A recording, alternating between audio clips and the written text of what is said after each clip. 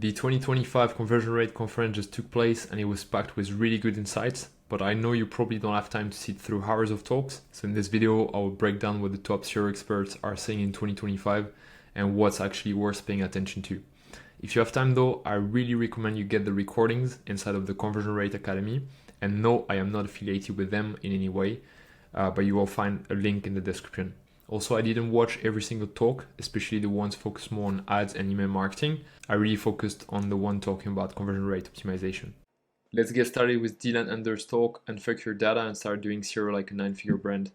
I really like this talk because he basically pulled out many data directly from their software, heatmap.com, and some insights were really interesting. Like, for example, we all know that desktop usually performs better than mobile, but the question is how much and what's the normal difference between the two. And one thing that really stuck with me is when he said that if your mobile conversion rate is 15% lower than your desktop, then you've got a mobile UX issue. And I felt that's a wake-up call that a lot of brand needs, because we're so used to seeing mobile underperform that it has become almost normal. But it shouldn't be, because nowadays most of the traffic is on mobile. Like, pretty much all my clients have at least 80 to 90% of their traffic that is on mobile. This means that if you have a larger gap than 15% between your desktop and mobile conversion rate, then you probably have a conversion leak on mobile. It could be anything from slow page loads, confusing layouts, can be your pages that are overloaded on mobile. This happens frequently because, like, on desktop you have a lot of information, education, etc. It's easier to scan many information, but when you go on mobile, it needs to be more minimalist. It needs to be easier to scan through, or it can even be a disconnect between your ad creative and your landing page. Anyway, if you discover that mobile is falling behind and you have a larger gap than 15%, then you want to dig into it like you would do for any major funnel issue, because chances are fixing that could mean a serious lift in sales without spending more on ads. The second point might be a big mindset shift for you, but when you think about it, it's pretty logical. Do not waste time optimizing parts of your website that most people will not even see. Dylan said that you shouldn't touch a section unless it has at least 70% of users scrolling down to it. And when you think about it, that makes total sense. Like, why would you obsess over tweaking a section if most of your traffic will never get that far? Instead, you want to focus all your energy on the stuff that is above the fold, your navigation, your announcement bar, hero image, headline, main call to action, because that's where almost all users are making a decision. Once you've got 70% or more visitors scrolling down the fold, then it's worth investing time in the rest of the page. But until then, polish the top, because that's going to be your first impression. Next point, and this one is very interesting. According to Dylan, the navigation is the most profitable area of your website. Like, statistically, heatmap.com found that users who click on the navigation tend to convert 450% higher than average. That's wild, right? It basically means that when someone's clicking around in your navigation, they're leaning in, they're curious, they want to explore, and they're way more likely to buy. So the key takeaway here is to not treat your navigation like a boring utility bar, but instead think of it like almost like a landing page where you want to include imagery, social proof, trust signals, links to your bestsellers, and even pages like FAQ or About Us. Those pages don't get as much traffic, but when someone goes there, they tend to convert better. And in the video here, he gave us a basic structure that he's using with his clients that apparently is on formula, which is right here. But I do recommend that you split test it for yourself, because I tested this for a brand that I work with, Flora, a brand from California, and actually we tested, they have a very visual product, and we tested adding the two products in here, and it converted less well than the control version. Also did that for Jerry brand, and same thing, the traditional links converted better. So even though this is a framework that is maybe working for many 8 and 9-figure brands, I recommend you test it first, but this is obviously a very good framework. And then the image here, this is just a quick summary. Think about your navigation as its own page that needs elements just like home pages, PDP, LP, etc. And last highlight of Dylan's talk, and this is not the least really, here's another stat that goes against what we're usually told. The best converting landing page for paid ads is your homepage. I know this is quite shocking, but this is based on 100 million plus sessions from heat map customers.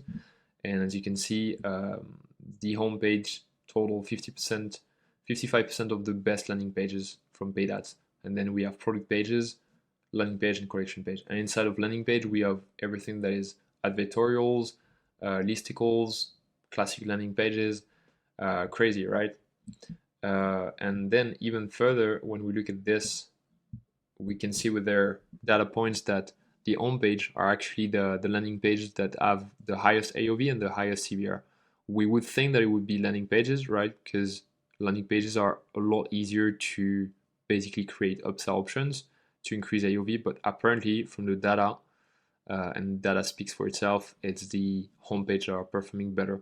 So now obviously this depends on your brand and your offer, but the bigger point is do not automatically assume that you need to build a complex funnel or crazy ad specific page.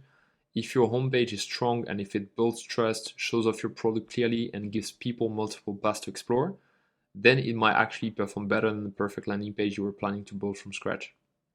Next talk is Sheldon Adams, where Shopify Stores Break, data backed insight from hundreds of funnels. His main point is that when things are working well, people don't really know why that is. And when it stops working, they're just clueless. The real problem here is that they don't know where the conversion leak is happening. They chase random solutions instead of diagnosing the real problems in their funnel, and maybe that's your case too. And so Sheldon's team at NAV built the intra-site funnel frameworks to fix this, and it's based on analyzing actual user behavior step by step inside of the website. And so he's breaking down in the video the 4 different steps, which are basically landing page, landing to product view. So when people are landing on your website, what's the rate between, let's say for example, if they are landing on a homepage or a landing page, what's the rate between the moment they land and then going to the product page. And he's saying that if you have a rate between 50 to 70%, then it's good.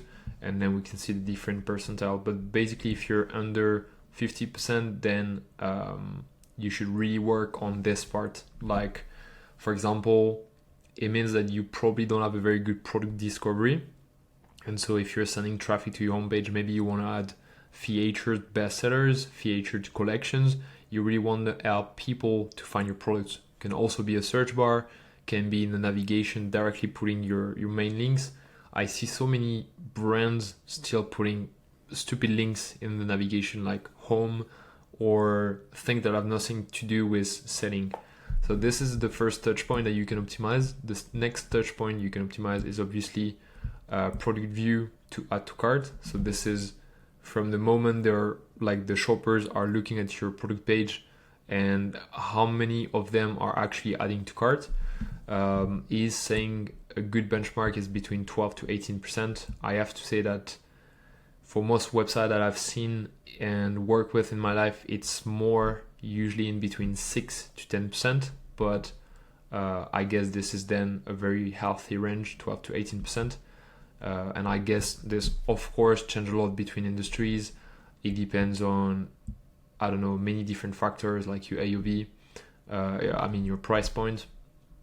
But yeah, if you have a problem in there, like a very low add to cart rate, then maybe you want to focus on your product page and work on the above the fold section so that you make sure that more people are adding to cart.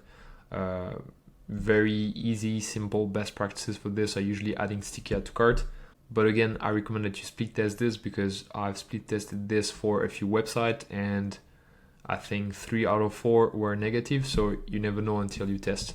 The third step is add to cart to begin checkout. And here we're going after a 40 to 60% target rate. So again, if you're under 40% or even under 32%, then you know that you want to optimize your cart.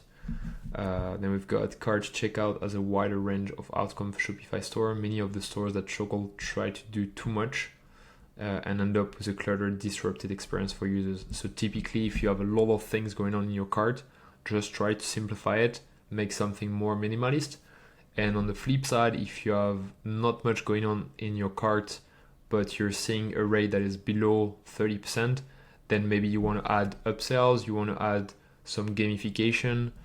And the last step is obviously begin checkout to purchase. And this is very interesting. What he's saying about this part is that if you're using Shopify, everything is pretty streamlined and Even if you're on Shopify Plus, you don't have too many customization possible. And so for most Shopify websites, they are in this range between 45 to 60%. And just like you wrote here, checkout purchase is the most obsessed over metric in e-commerce because that's conversion rate. Many will insist you need to focus all your time here. Data suggests that it's not worth the time. Most stores do well enough on this step that it is rarely the biggest issue present. And I wrote down this here. Focusing exclusively on conversion rate is a mistake because it's literally the last step of the intra-site funnel, and Shopify does a very good job at optimizing checkout for its merchant compared to other platforms. Most of the time, this is not where the biggest drop-off happen. I think this is a very, very interesting insight from this talk.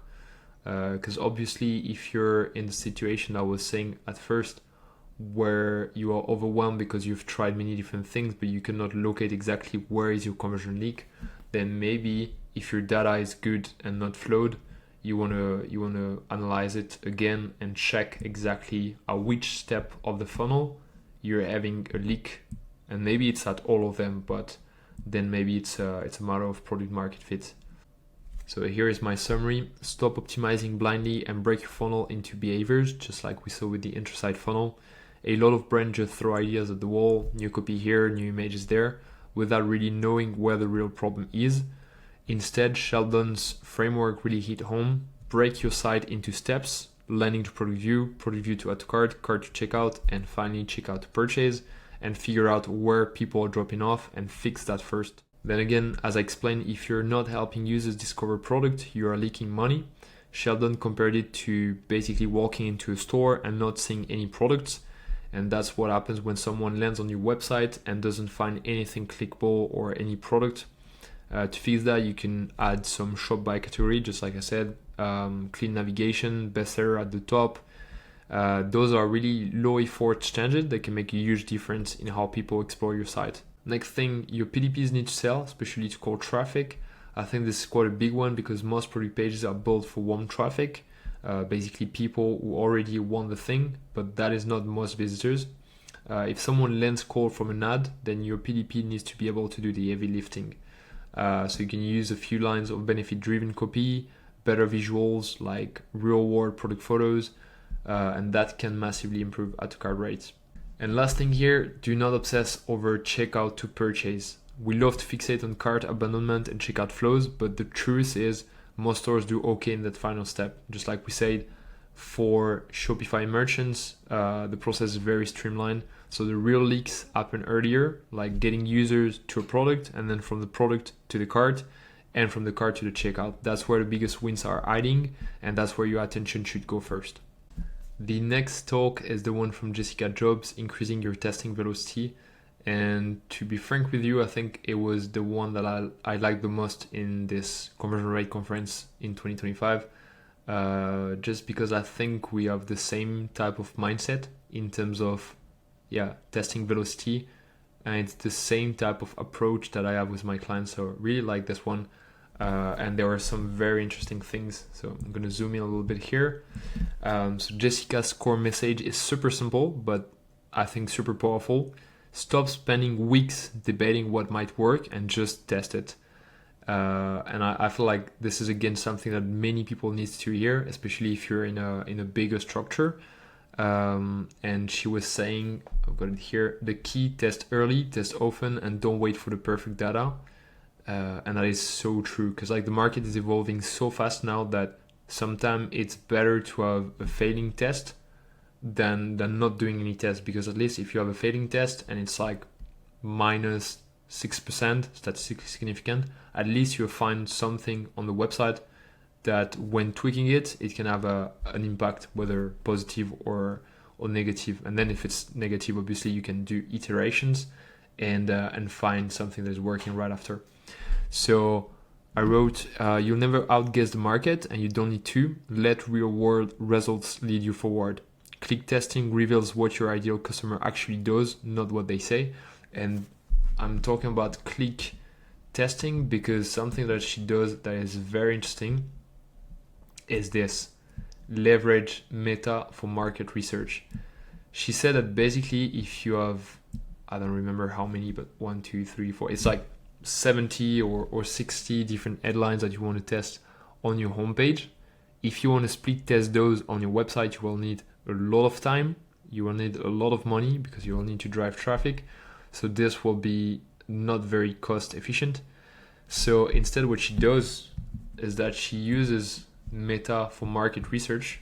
And so her team basically come up with all those different variations, and they do it for basically the homepage, the hero section. They also do it for the visuals. And what they do is that they use all those things and they run meta ads with this. And what they're looking for is the CTR. And then they basically rank all of those by CTR. And then, for example, for this website she was working in, glow up your analytics to uncover more business growth. This is apparently the one that triggered the most people. And so based on this, she launched an A/B test with the control on the left and on the right, the new headline. And this resulted in a plus 16% uplift, which is huge. And she said 128 ideas tested in 2 weeks, 400 for under $300. I think this is quite crazy. And again, this is not like perfectly accurate, but at least they're testing super quick. And here is my quick summary of our talk. Stop trying to be right, just test. Highest paid person can bring 20 ideas, but it's testing velocity that decides which win. And click testing reveals what your ICP does subconsciously. Because click testing is powerful because it measures your ICP's subconscious actions. Like people click without thinking about it. It's emotional, it's fast, it's automatic. So basically come up with many variations, then run meta ads and analyze which one get the highest CTR. And from there you can run the classic A/B test on your website with the winning variations and see what's working best. I like that this approach is very, very simple and it's not coming out of the blue. It's like she actually worked at Microsoft and they achieved 49 consecutive months of growth by building a rapid experimentation engine.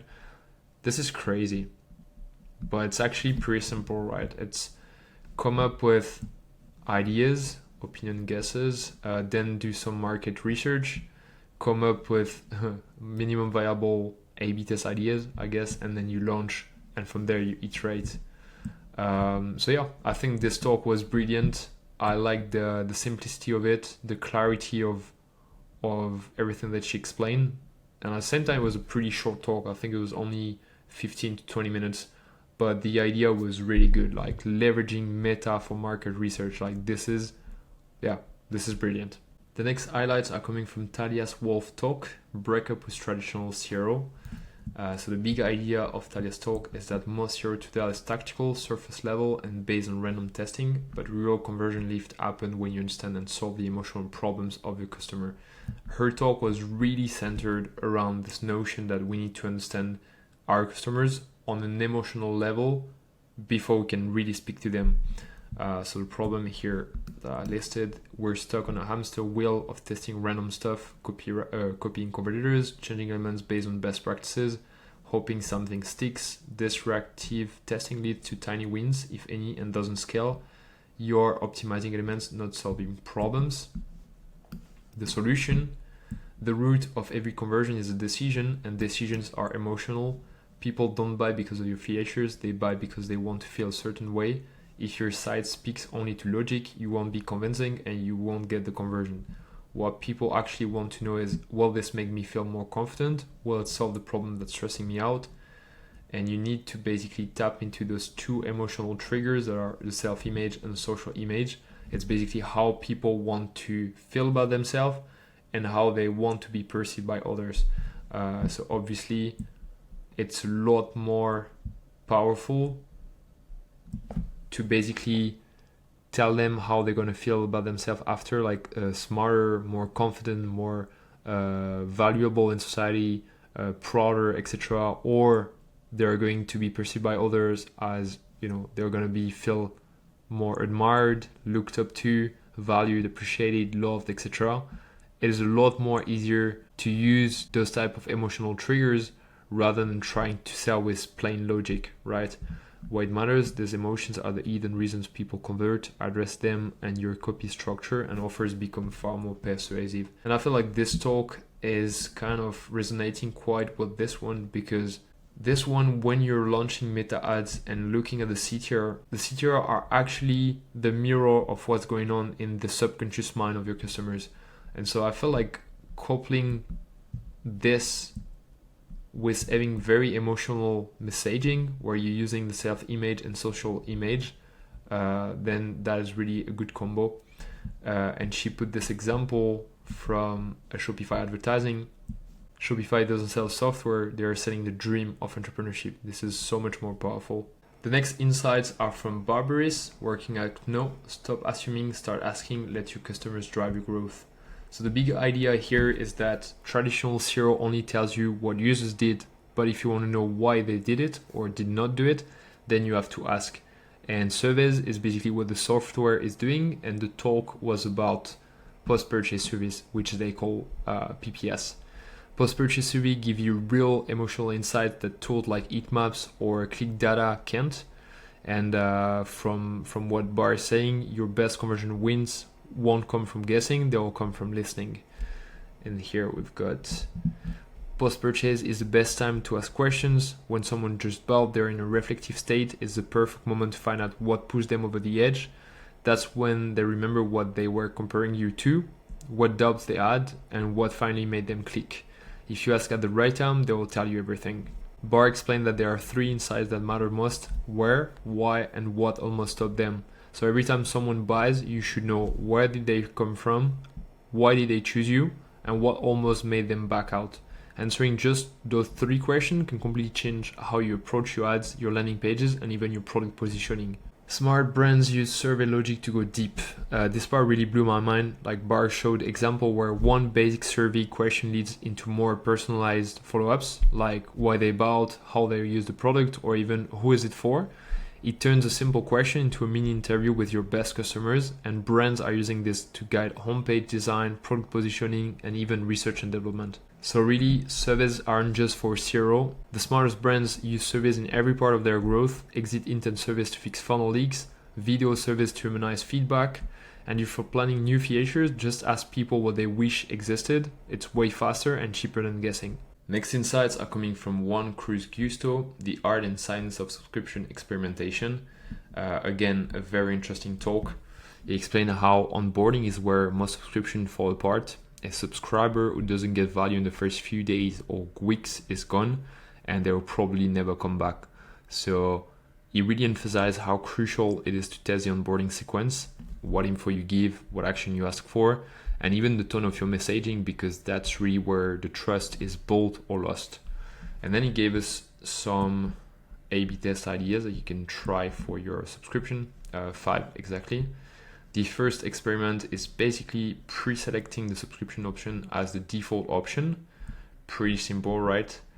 And the KPIs to track are 45 to 60 day LTV and average revenue per user.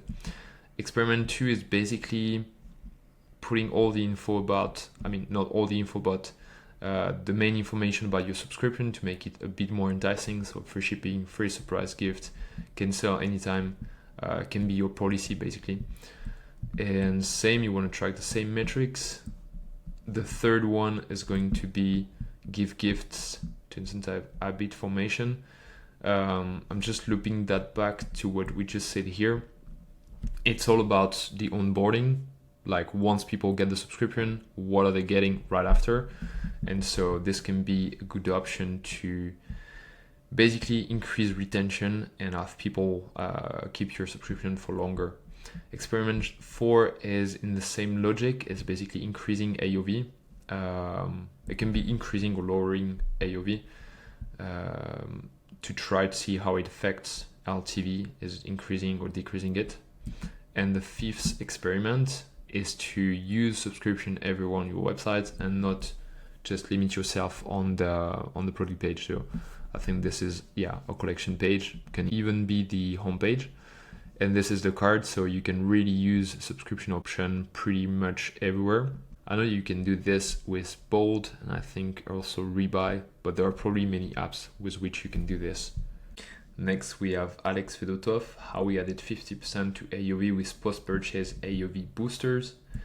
And his main theory is that the game has changed and selling directly doesn't work anymore like it used to be, sending direct traffic from paid ads directly to your product page and doing the selling this way is basically dead according to him. And you need to educate shoppers first.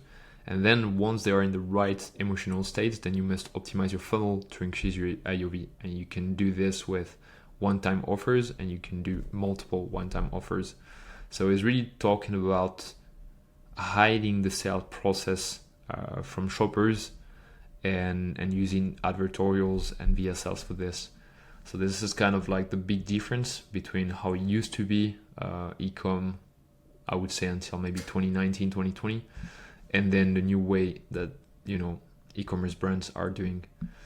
This was the old funnel from regular ads to product to cart checkout. Thank you. And now it's saying that we need to have a funnel that is a lot more elaborate, where people are seeing a VSL ad that is a lot more about education. And once people are hooked, then you're sending them to advertorials. That is sending them to sales page, which is then sending them to order page. And that's where you have your one-time offers. And he's basically saying that it's in the square that people are in the most emotional states, and that's where you can upsell them. And what should you upsell? You can either upsell more of the same product if it's consumable, sell complementary products that solve a new problem you created, those are cross sales, or test multiple offers and track AOV contribution. So that is like the main idea of his talk.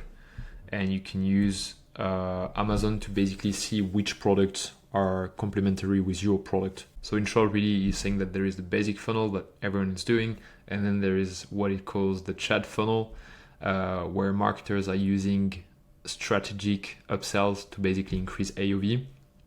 And as you can see, that's how you increase your gross margin and allow your business to basically scale. When with the basic funnel, it's now hard or impossible to scale because the CPA have increased a lot over the past few years. So that is the main idea of his talk. But then he explains something that is a lot deeper than this.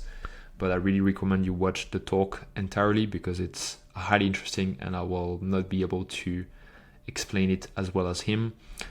It goes very deep on how to communicate better with your customers, saying that marketers used to try to enter the conversation in their customer's mind.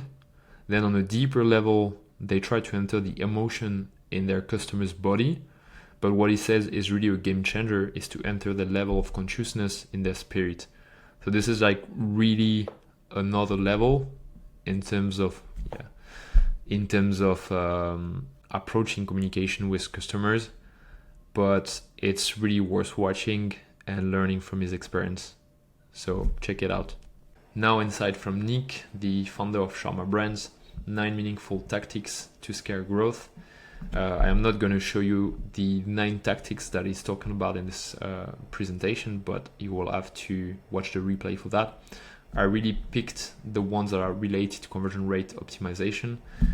And you will see that those 4 points will resonate a lot with what we've seen with Sheldon's talk and Alex's talk, especially what we just saw just before. So the first thing is about advertorials. They are not blog posts. They are basically your best sales rep, according to him.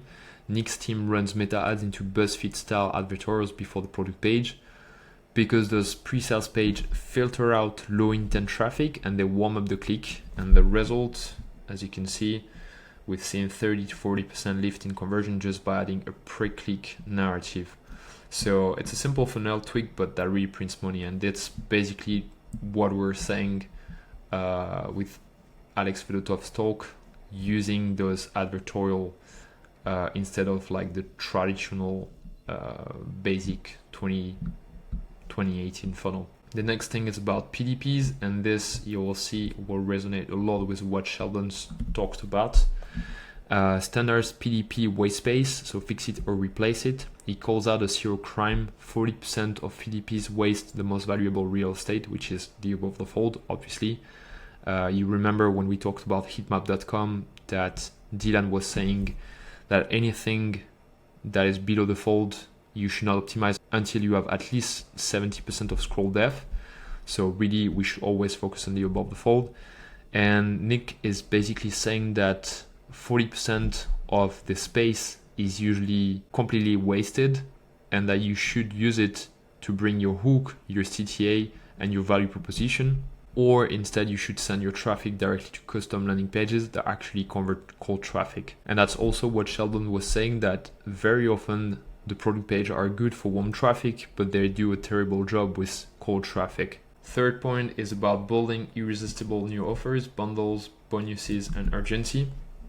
He's saying that if you want to spike conversions and AOV, you have to use aggressive welcome offers. Like with this team, he's using 36 bottles for $36 or $100 in free gifts. It's really about creating incentives and making people feel like they're getting a bargain. So yeah, bundle, over deliver, and make you feel like a steal, especially for consumables. Give them a reason to try and a reason to stay.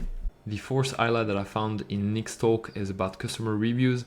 He's saying that customer reviews aren't just for social proof, but they're also to find your next 10 angles. He recommends that you mine reviews to find the top 5 most mentioned benefits, and then building static ads, listicles, and PDP content around them. You can even train an AI agent to scan reviews, Reddit, TikTok comments, and add data to write your next ad creative brief. That's how you scale insights. Drew Marconi, founder of Intelligence, the testing flywheel, how brands discover hidden profits. Zero isn't just a growth hack anymore, it's a business strategy. Drew starts by reframing Zero entirely. He says that optimization isn't just about tweaking colors or CTAs, it's about understanding how every part of your equation, conversion, AOV, margin, affects profitability. He is saying that Zero should stand at the heart of your e-commerce operation and not just in the marketing department. Most brands focus only on CBR, but AOV, pricing, and margin matters just as much. The typical brand only looks at how to increase the number of conversions, but Drew showed how brands can use testing to influence every profit leverage. Can we raise prices without hurting sales? Will bundling boost AOV? Can a higher shipping fee actually increase profit per order? This is where real revenue gains are hiding. As you can see here, the equation. Then his talk is testing flywheel, because he's explaining that testing downtime is where brands are losing momentum. He stressed out how most teams lose weeks or even months between tests because they don't have a clear roadmap. If you always know what you're testing next based on insight from your last test, you never lose speed, and speed is how testing compounds into profit. And I really like this mindset again, that I think it resonates a lot with what Jessica said. You need to have a very high testing velocity and always know what you want to test in the future. Then I recommend you watch the video to have a clear breakdown of how each leverage is basically influencing each KPI, conversion, AOV, revenue, profit margins. If you raise prices, if you increase discounts, if you bundle. I will put this Figma file in the description so you can access to it and then have a look at this, or you can just take a screenshot. I think this was a very interesting slide from his presentation. Next, we have the co-founder of the conversion rate conference himself, Oliver Kenyon, also co-founder of ConversionWise, with his talk Zero is Dead. He's basically saying that traditional Zero is dead because small tweaks and micro tests don't move the needle anymore. But then he goes on and explains that it really depends on your volume, because traditional Zero still works, but only for brands making over 20 million in annual revenue or over 300,000 sessions per month. I think they increased their threshold, but also because the game is really changing in e-commerce. So if your store is under 300,000 monthly sessions, you basically don't have the volume to A/B test micro changes. And instead, Oliver says you should focus on bold, visible changes, new offers, better landing pages, and full redesign, which is this slide here. And this is very true. I'm seeing my clients who have really, really high traffic. I'm talking about 100,000 sessions per day. Then we can do high velocity testing. But for clients who have about 100,000 sessions, we have to be very strategic with what we're testing. And this is basically what Oliver is explaining in his talk. That is very well laid out. And those are the key areas where you should focus on: offer testing, cart optimization, pre-sale landing page, customer service. It's a lot about testing new angles, testing new offers, and obviously price testing. You can do this with intelligence. And the slide that I put here, so the main takeaway of this conference was adapt your strategy based on your volume. If you have a lot of volume, then you can do micro tweaking on the website. But then, as he's saying, if you have under 300,000 sessions per month, then you need to focus on strategic A/B tests that can have a big swing. Last slide that I wanted to share with you, because I think we can loop that back with what Bar was sharing in his talk about post-purchase service, because here basically what they did at ConversionWise is using the insight that they found in the customer service.